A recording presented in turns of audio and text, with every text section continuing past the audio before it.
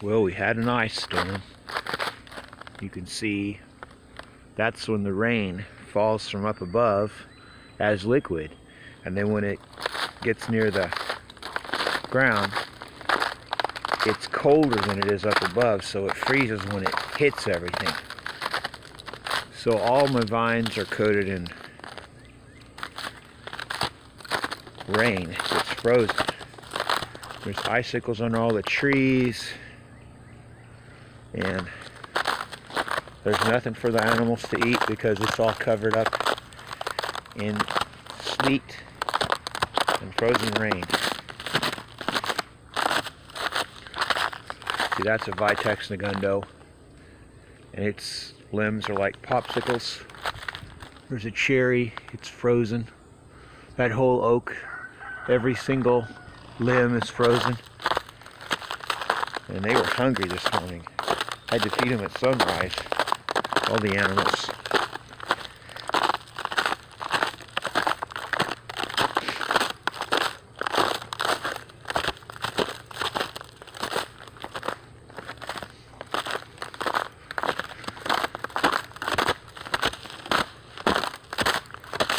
Let's go see if the slough's frozen. It's kind of dangerous out here because when the limbs are coated in ice, they're heavier and they can break. Okay, the water is not frozen.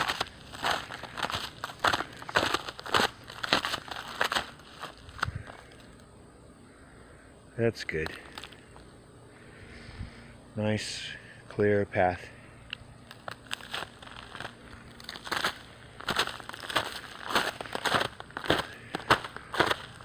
This is an unpruned peach tree from a seed. Planting peaches from seeds is a great idea. They still make great edible fruit. Not in my area though. This is the only part of the United States I've lived in where peaches and plums do not grow. The fruit won't grow. It just rots. It looks like it's going to be perfect, and right before ripening, it rots. And there's nothing that you can spray on them to make it work. There are no good peach orchards here. They have to buy their peaches and resell them from somewhere else.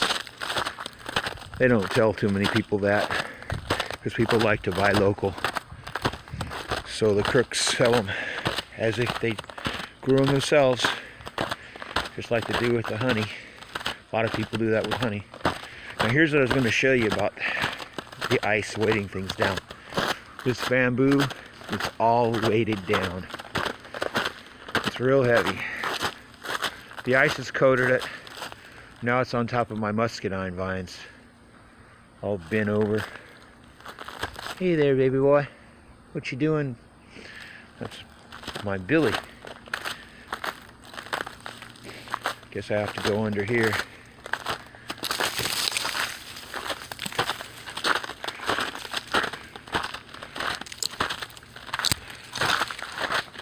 It's a bamboo tunnel. And here I went cutting the bamboo down for the horses to eat.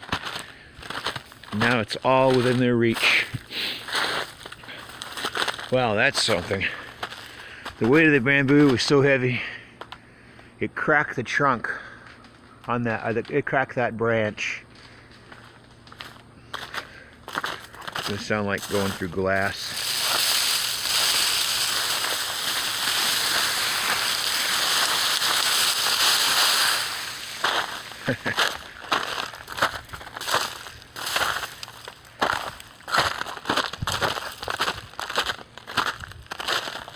This is something. Poor little bird out there trying to find something to eat where there's bare spots. The horse's hoof prints made bare spots, so they're looking through those. The bamboo is really loaded with birds all the time. See all the birds in there. They find shelter in there, but right now, since it's all iced over, not much You can see the horses have been out here eating the fallen over bamboo last night. It's pretty neat. Now this bamboo will pick itself back up when it thaws and be just as tall as that. It's just too heavy. Yeah, this is where they've been. It is cold. It's only 20 Fahrenheit, but it feels cold being around all this ice. Oh, look at the birds. You can see them scurrying around near the soil looking for something to eat.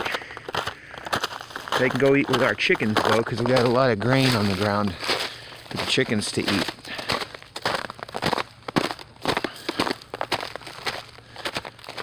Yeah, it's really cold.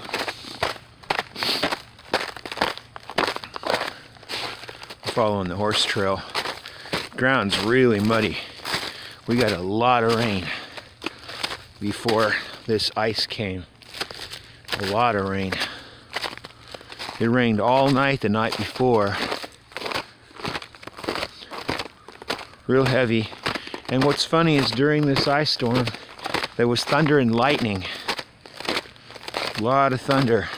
Very loud. One of my dogs is afraid of thunder. I had to let him in the house. He was crying too much. Just look at what that bamboo grove looks like right now. It's froze.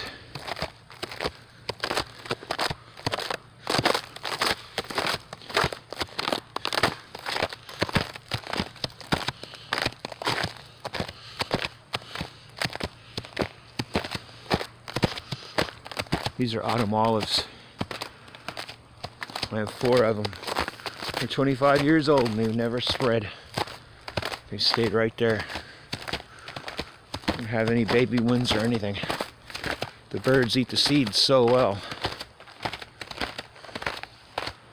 I got to get out here and pick up all the firewood I cut, but not on a day like this. It's froze solid into the ground. It'd be too hard to pick it up. And that's a pig nut tree.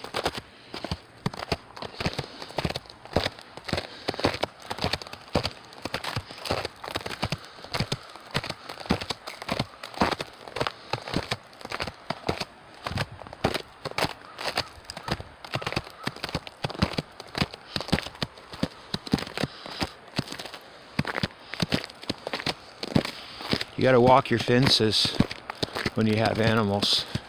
Things like this happen. But you got to make sure that no fences are down.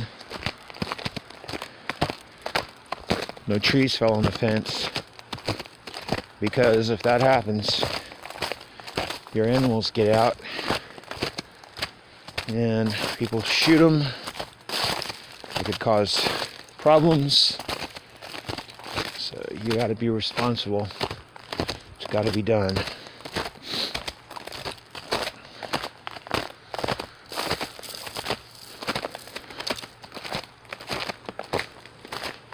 Fences are sure low.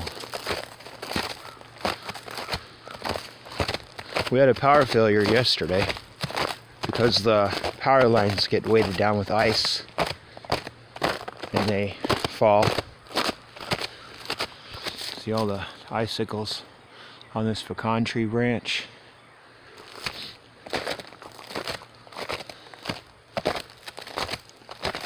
I guess that's good enough. Today's an ice storm. It started yesterday in the afternoon. Well, actually in the morning. And this storm, funny thing, it came from the south. A south wind brought this. The south wind was blowing high up and bringing warm air, but we had cold air down low, freezing cold. So that's how that happened.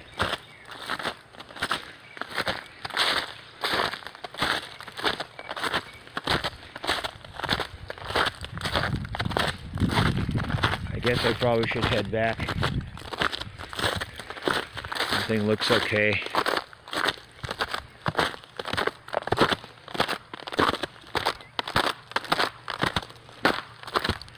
Funny how when you walk on this, it feels like you're walking on a lake.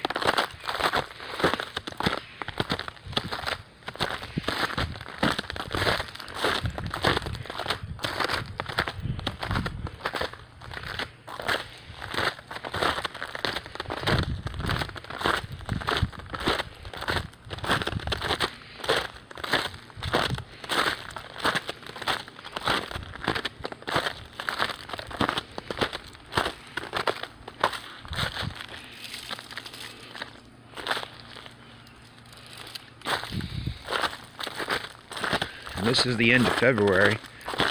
Hard to believe how cold it is here in Zone 7. February is becoming our coldest month. Last couple years, it's been colder than ever before. This is the latest ice storm I've ever seen. And last year, a few days before this, it got 12 below 0 Fahrenheit. And this is supposed to be Zone 7, where 5 degrees is our limit above 0. But we get really cold here. I'm really on 7, it's supposed to be 7B, but it's definitely turned 7A. And with our temperatures, it's 6, Zone 6 for sure. My orchard died to the ground last year, and these are all just suckers that have come back. Most of the vines that you're looking at there, the living growth is from the ground, and the trunks are dead. It's going to be a bad year again for them. And here's where I was clearing firewood yesterday. Haven't been able to pick it up. It started getting too slick and icy.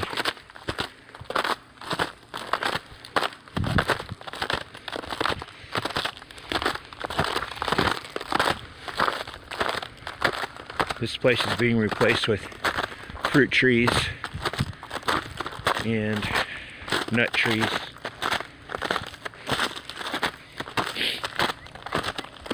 I saved the oaks, the cherries, and the maples. There's a hawk. The hawks will keep the voles and rodents in check during the winter, and the snakes in check during the summer. So they help the birds a lot, because some of the ground nesting birds, their eggs are eaten by snakes, and the hawks eat those snakes. But our ground nesting birds are gone. They've killed them all. We used to have thousands and thousands of turkeys, and they started a spring turkey hunt. And last year, the millions of hunters were only able to kill under 100, I think, in the whole state. They're not going to shut that down because it's corrupt. They get paid by the hunting supply stores to keep the stories going, keep people wanting to kill the animals, literally exaggerate the numbers that are out there, pretend like they know how many animals are out there. They have no idea. It's no different than it was back in the day when they thought there were unlimited amounts of passenger pigeons, Carolina parakeets, and all these other things that have gone extinct by hunting. They have no idea how many there are. I can tell you there's not many, or I'd see them right now. We haven't seen a turkey at all. We used to see them, and yet they're still allowed to kill just as many turkeys, just as many bobwhites, and they don't. They go out and look for them. They tell stories, and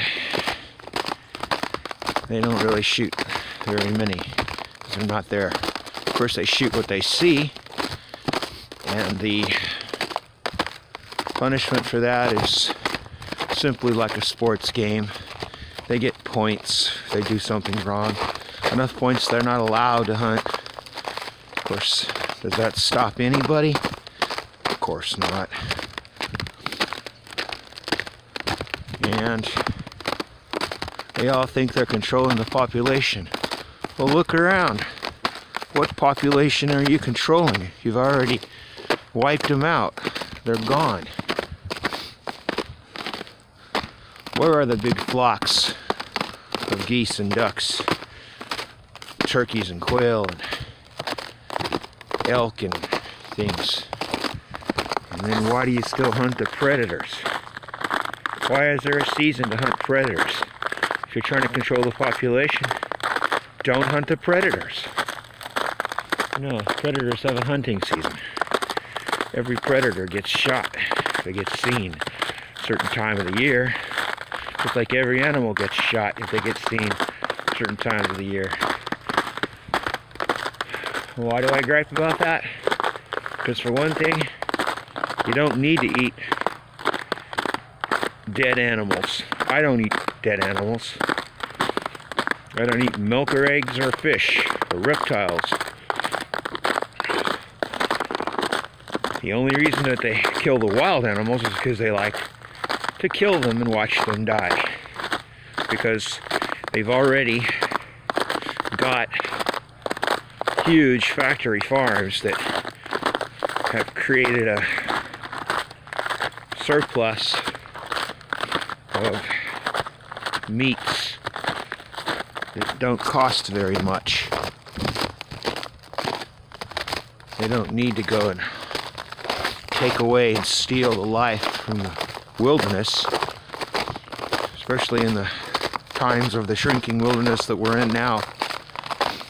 I don't know of anywhere that there's wilderness left, and even if there was, it would not be wilderness anymore because all of those areas are hunted. They're even hunting the refuges. It might say sanctuary, it might say refuge, National Wildlife Refuge. It's not a refuge because they're hunting there. And even Yellowstone Park, one of the most famous parks there is. Every winter, right now, they kill 2,000 bison without telling anyone much. Because the meat industry wants to be able to use all the land surrounding that that's called public land to raise meat cows, and they subsidize the cows. When it's like this in the winter, the taxpayers pay disaster relief funding to keep their cattle fed and to pay for dead animals. The land is called the shortgrass prairie, so it's really a bad place to raise cattle. And the bison that live there are supposed to migrate, but they don't let the bison out of the park. They make them stay there. Any bison out of the park gets shot because it's a boundary. The land is leased by the cattle business.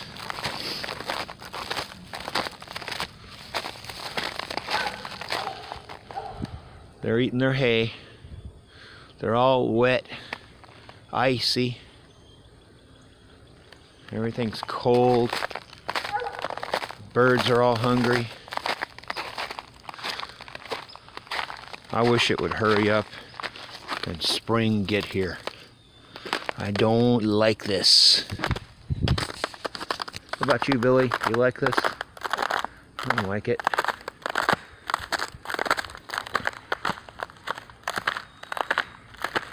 Everybody's pitifully upset.